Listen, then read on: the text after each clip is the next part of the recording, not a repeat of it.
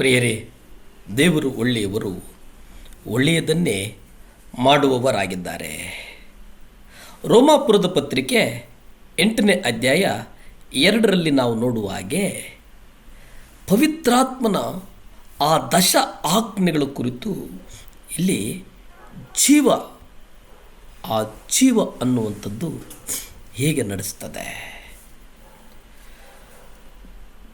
ಪವಿತ್ರಾತ್ಮನ ನಿಯಮ ಅಂದರೆ ಯೇಸು ಕ್ರಿಸ್ತನ ಮೂಲಕ ಪ್ರಾಪ್ತವಾದಂಥ ಒಂದು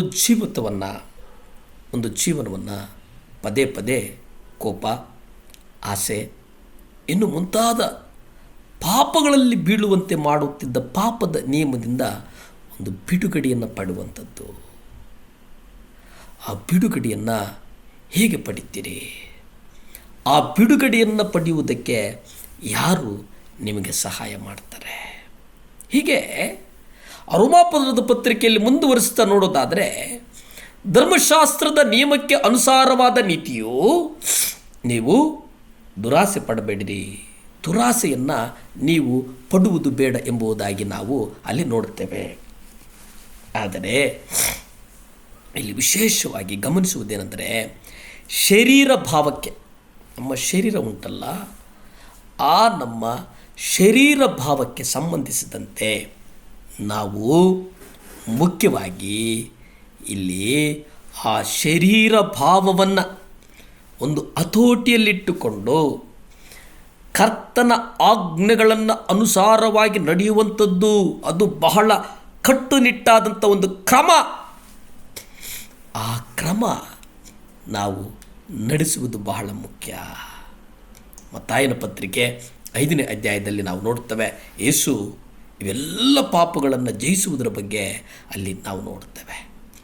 ಅವೆಲ್ಲವೂ ಪವಿತ್ರಾತ್ಮನ ಶಕ್ತಿ ಇಲ್ಲದೆ ಮನುಷ್ಯನಿಗೆ ಮಾಡಲು ಅಸಾಧ್ಯವಾದಂಥ ವಿಷಯಗಳು ಎಂಬುದನ್ನು ನಾವು ಅಲ್ಲಿ ನೋಡ್ತೇವೆ. ಮತ್ತಾಯ ಪತ್ರಿಕೆ 5ನೇ ಅಧ್ಯಾಯ 6, 7 ಈ ಅಧ್ಯಾಯಗಳನ್ನು ನಾವು ಧ್ಯಾನ ಮಾಡಿದರೆ, ಈ 3 ಅಧ್ಯಾಯಗಳ ಕೊನೆಯಲ್ಲಿ ಒಂದು ಅತಿ ಮುಖ್ಯವಾದಂಥ ಒಂದು ಪ್ರಶ್ನೆಗೆ ಉತ್ತರವನ್ನು ಕೊಡಲಾಗಿಲ್ಲ ಎಂಬುದನ್ನು ನಾವು ಕಂಡುಕೊಳ್ತೀರಿ. ಯಾವ ಪ್ರಶ್ನೆ ಅದು? ಕರ್ತನೇ, ನಾನು ಈ ಜೀವಿತವನ್ನು ಹೇಗೆ ಜೀವಿಸಲಿ? ನನಗೆ ಕೊಟ್ಟಿದೆಯಲ್ಲಪ್ಪ ಈ ಜೀವನ, ಈ ಜೀವಿತವನ್ನು ನಾನು ಹೇಗೆ ಜೀವಿಸಲಿ? ಅಲ್ಲಿ ಮತ್ತಾಯ ಪತ್ರಿಕೆ 5ನೇ ಅಧ್ಯಾಯ, 6ನೇ ಅಧ್ಯಾಯ, 7ನೇ ಅಧ್ಯಾಯಗಳಲ್ಲಿ ಎಲ್ಲಿಯೂ ಪ್ರಸ್ತಾಪ ಇಲ್ಲ. ಪರ್ವತದ ಪ್ರಸಂಗವು ಒಬ್ಬ ಹೊಸ ಒಡಂಬಡಿಕೆ ಕ್ರೈಸ್ತನಿಂದ, ಅಂದರೆ ಒಬ್ಬ ಹೊಸದಾಗಿ ಹುಟ್ಟಿರುವ ಕ್ರೈಸ್ತನಿಂದ ದೇವರು ಎಂತಹ ಜೀವಿತವನ್ನು ನಿರೀಕ್ಷಿಸುತ್ತಾರೆಂಬುದನ್ನು ಮಾತ್ರ ನಮಗೆ ತೋರಿಸಿಕೊಟ್ಟರು. ಆದರೆ ಆ ಮಟ್ಟವನ್ನು ತಲುಪುವುದು ಹೇಗೆಂದು ಇಡೀ ಪ್ರಸಂಗದಲ್ಲಿ ಹೇಳಲಾಗಿಲ್ಲ ಎಂಬುದನ್ನು ನಾವು ಗ್ರಹಿಸುವುದು ಬಹಳ ಮುಖ್ಯ ಅನ್ನುವಂಥದ್ದನ್ನು ತಾವು ಅರಿಯಬೇಕು ದೈವಜನರೇ. ಹಾಗಾದರೆ ನಾವೇನು ಮಾಡಬೇಕು? ನಾವು ಏನು ಮಾಡಬೇಕು? ಆ ದೊಡ್ಡ ಪ್ರಶ್ನೆಗೆ ಉತ್ತರವನ್ನು ಪಡೆಯುವುದು ಹೇಗೆ? ಕ್ರಿಸ್ತನು ಪರ್ವತದ ಮೇಲಿನ ಪ್ರಸಂಗವನ್ನು ಸಾರಿದ್ದು ಈ ರೀತಿಯ ಜೀವಿತ ಜೀವಿಸಬೇಕೆಂಬ ಇಚ್ಛೆಯನ್ನು ನಮ್ಮ ಹೃದಯದಲ್ಲಿ ಹುಟ್ಟಿಸುವುದಕ್ಕಾಗಿ ಮಾತ್ರವಾಗಿತ್ತೆಂದು ನಾವು ನಂಬುತ್ತೇವೆ. ಆದರೆ ಇಂತಹ ಜೀವಿತ ಜೀವಿಸಬೇಕೆಂಬ ಹಂಬಲ ಒಬ್ಬ ವ್ಯಕ್ತಿಯಲ್ಲಿ ಉಂಟಾದರೆ ಆತನು ದೇವರ ಬಳಿಗೆ ಹೋಗಿ, ಕರ್ತನೇ, ಇದಕ್ಕೆ ಪರಿಹಾರವೇನು ಎಂಬುದಾಗಿ ಕೇಳ್ತಾನೆ.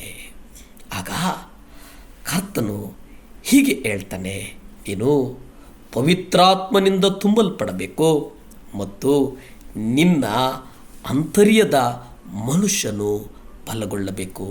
ಪ್ರಿಯರೇ, ನಾವು ಅನುಕ್ಷಣವು ಅನುದಿನವೂ ನಾವು ಪವಿತ್ರಾತ್ಮನಿಂದ ತುಂಬಲ್ಪಡೋಣ. ನಮ್ಮ ಅಂತರ್ಯದ ಅಂತಃಕರಣದ ಮನುಷ್ಯತ್ವವನ್ನು, ಆ ಹೃದಯವನ್ನು ನಾವು ಬಲಗೊಳ್ಳುವ ಹಾಗೆ ಸದಾ ಕರ್ತನೊಂದಿಗೆ ನಡೆಯೋಣ. ಕರ್ತನು ಆಶೀರ್ವದಿಸ್ತಾನೆ. ಭೂಮಿ ಆಕಾಶಗಳನ್ನು ಉಂಟು ಮಾಡಿದಂಥ ಸರ್ವಶಕ್ತನಾದಂಥ ದೇವರ ಸ್ತೋತ್ರಪ್ಪ. ದೇವಾ, ಹೆಣ್ಣು ಮಗಳು ಪತ್ರ ಬರೀತಾಳೆ ಸ್ವಾಮಿ, ಚರ್ಮದ ಕಾಯಿಲೆ, ಯೇಸುವೆ ನಿಮ್ಮ ರಕ್ತ ಚೆಲ್ಲಲ್ಪಡಲಿ ಅಪ್ಪ. ನಿಮ್ಮ ಗಾಯವುಳ್ಳ ಹಸ್ತ ಯಾರ್ಯಾರಿಗೆ ಚರ್ಮದ ಸಮಸ್ಯೆ ಇದೆಯೋ ಆ ಮಕ್ಕಳ ಮೇಲೆ ಮುಟ್ಟು ಸ್ವಾಮಿ. ಯೇಸುವಿನ ನಾಮದಲ್ಲಿ ಗುಣವಾಗಲಿ, ಯೇಸುವಿನ ನಾಮದಲ್ಲಿ ಗುಣವಾಗಲಿ, ಯೇಸುವಿನ ನಾಮದಲ್ಲಿ ಗುಣವಾಗಲಿ ತಂದೆ. ಆಮೆನ್.